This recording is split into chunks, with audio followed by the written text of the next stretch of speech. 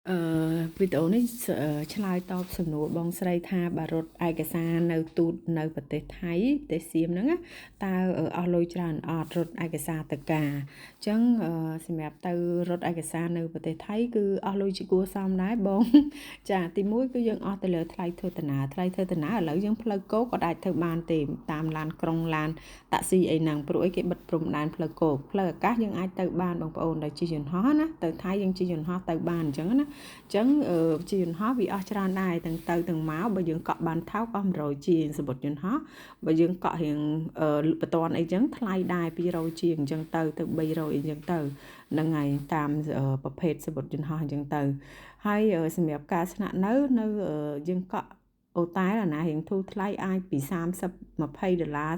30ទៅ50វិញអញ្ចឹងអាហ្នឹងធូរថ្លៃណាបងប្អូនហើយនៅការញ៉ាំអីទៀតអញ្ចឹងណាហើយយើងទៅម្ដងគឺយើងប្រហែលជាមិនបានសម្រេចទេបងប្អូនដោយសាររត់ឯកសារទៅការអញ្ចឹងអាច2 ដងទៅ3 ដងអីអញ្ចឹងណាហ្នឹងហើយអញ្ចឹងគុណលុយតាមនឹងទៅបងអញ្ចឹងវាអស់រៀងគួរសមដែរអញ្ចឹងណាហើយគាត់សួរសំណួរមួយទៀតថាតើប្តីដៃគូរបស់គាត់ហ្នឹងចូល retirement ហើយមានន័យថាចូល retreat ណាតើអាចធានាគាត់បានទៅប្រទេសហ្នឹងអត់អញ្ចឹងគឺបានបងប្អូនគឺបានមិនសំខាន់ទៅលើ retirement មិន retirement ណាបើសិនគាត់ retirement ក៏គាត់នៅមានចំណូលដែរពីព្រោះគាត់បានប្រាក់ retirement ហ្នឹងហើយគាត់មានសម្បើកពងកញ្ចក់តិចគាត់ថាប្តីគាត់ហ្នឹងមានផ្ទះផ្ទាល់ខ្លួនរួចហើយអញ្ចឹងណាគាត់ថាគាត់ចូល retreat ហើយអញ្ចឹងគឺបានបងប្អូនដោយសារតែការយើងមានផ្ទះមានអីអញ្ចឹងការចំណាយអត់ខ្ពស់ប្រហែលទេបងប្អូនចំណាយទៅលើតការញ៉ាំទិញធានារ៉ាប់រងកំសាន្តអីផ្សេងអញ្ចឹងណាអញ្ចឹងបើសិនជាយើងចេះសន្សំចៃទៅវាគ្រប់អញ្ចឹងណាបងប្អូនហើយធានាបានអញ្ចឹងណាឲ្យតែគាត់មានទីលំនៅច្បាស់លាស់ហើយគាត់ទោះបីគាត់ចូល retreat ក៏ដោយអញ្ចឹងសំណួរនេះខ្ញុំអាចនិយាយបានប៉ុណ្្នឹងឯងបងប្អូនហើយណាមួយគឺប្រទេសហ្នឹងគឺប្រទេសឈីលីវាមិនសូវជាថ្លៃដូចជានៅអាមេរិកទេនៅអាមេរិកគឺដូចជាទីក្រុងធំញូវយ៉ក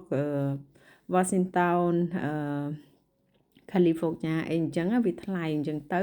វាអាចប្រាក់ចំណូលប៉ុណ្ណឹងវាអាចគ្រប់អញ្ចឹងណាព្រោះអីគាត់បានប្រាក់ចំណូលមកខ្ញុំដែរអញ្ចឹងប៉ុន្តែសម្រាប់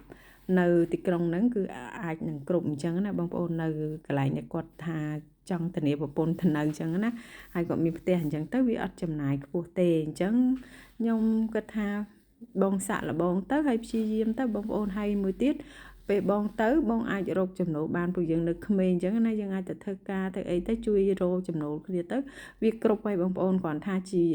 ចំណូលប៉ុណ្ណឹងគ្រាន់ថាជីវិតយើងវាមិនសល់លុយសល់កាក់អីវាបានតែមករស់អញ្ចឹងណាព្រោះអីគាត់ចូល retirement ទៅមានប្រាក់ហ្នឹងគឺបានតែប៉ុណ្ណឹងឯងហើយបើយើងធ្វើការថែមទៀតទៅយើងអាចសល់លុយហើយអញ្ចឹងណាបងប្អូន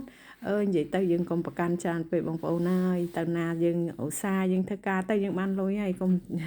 រំពឹងទៅលើប្តីយើងមកមុខណាបើថាប្តីយើងអ្នកមានវាមិនអីទេមិនតែបើប្តីយើងគាត់មិនសូវមានលុយដែរបើយើងចង់មានលុយមានតែយើងជួយធ្វើការគ្នាមានតែប៉ុណ្្នឹងឯងបងប្អូនប៉ុន្តែបើសិនជាយើងគិតថាអូយើងចង់បានជីវភាពប៉ុណ្ណឹងយើងមិនចង់បានតទៀតទេមានតែយើងមិនបាច់ធ្វើទេបងប្អូនប៉ុន្តែបើសិនជាយើងចង់មានលុយសល់អីបន្ថែមទៀតមានតែយើងទៅធ្វើការជួយគ្នាទៅវិញទៅមកអញ្ចឹងណាអញ្ចឹងជីវិតប្តីប្រពន្ធណាបងប្អូនមានតែការជួយគ្នាទៅវិញទៅមកជួយរកលុយគ្នាអញ្ចឹងទៅបានសល់ហើយបើយើងរកអ្នកមានសុទ្ធហ្នឹងបើយើងបានអ្នកមានវាសំណាងលើសពីសំណាងប៉ុន្តែបើសិនជាយើងបានអ្នកដែលមានជីវភាពមធ្យមហើយយើងចេះចង់បានមានហើយគ្នានៅខំចង់ដាច់ខ្យល់ហើយអញ្ចឹងវាអត់អាចទេបងប្អូនយើងចេះជួយគ្នាទៅវិញទៅមកទៅយើងនឹងឆាប់មានលុយសល់អីអញ្ចឹងណាហើយសម័យឥឡូវអត់ទេបងប្អូនហើយឃើញគេជួយធ្វើការងាររកស៊ីគ្នាទៅវាឆាប់មានណាបងប្អូនដៃគូក្មេងៗឥឡូវហើយមកចាំរំពឹងថាយកប្តីមកដើម្បីឲ្យប្តីចិញ្ចឹមអីទេបងប្អូនហើយគ្រាន់ថាគេជួយយើងចេញលុយថ្លៃរៀបការថ្លៃស្អីអស់ហើយចឹងបើយើងចង់មានលុយសល់យើងធ្វើការទៅជួយគ្នាទៅអាហ្នឹងវាសល់ហើយបងប្អូនកុំប្រចាំគ្នាទៅវិញទៅមកអាហ្នឹងវា យើងនឹងមានហើយបងប្អូនហើយអាហ្នឹងបើថាអាហ្នឹងខ្ញុំនិយាយពីអ្នកជីវភាពមធ្យមឯណាបងប្អូនតែសម្រាប់បងប្អូនមានបានជួបដៃគូល្អដែលមានថាហ្នឹងយើងមិនបាក់ធ្វើការរកស៊ីអីអាហ្នឹងជារឿងរបស់បងប្អូនអាហ្នឹងកាន់តែល្អអាហ្នឹងវាបុណ្យសំណាងជើងឯណាអញ្ចឹងដូចខ្ញុំអីក៏ខ្ញុំជួយធ្វើការងារប្តីខ្ញុំអីអញ្ចឹងណាហ្នឹងហើយខ្ញុំមិនចេះប្រកាន់ទេបងប្អូនអើយតែណាក៏ខ្ញុំធ្វើបានដែរអញ្ចឹងណាគ្រាន់ថាធ្វើហ្នឹងល្អផងអីផងអញ្ចឹងណាហ្នឹងហើយអរគុណអញ្ចឹងវីដេអូខ្ញុំមានប៉ុណ្ណឹងហើយខ្ញុំអត់មានអីច្រើនទេមានតែជូនពរបងប្អូនរកស៊ីមានបានបាយបាយ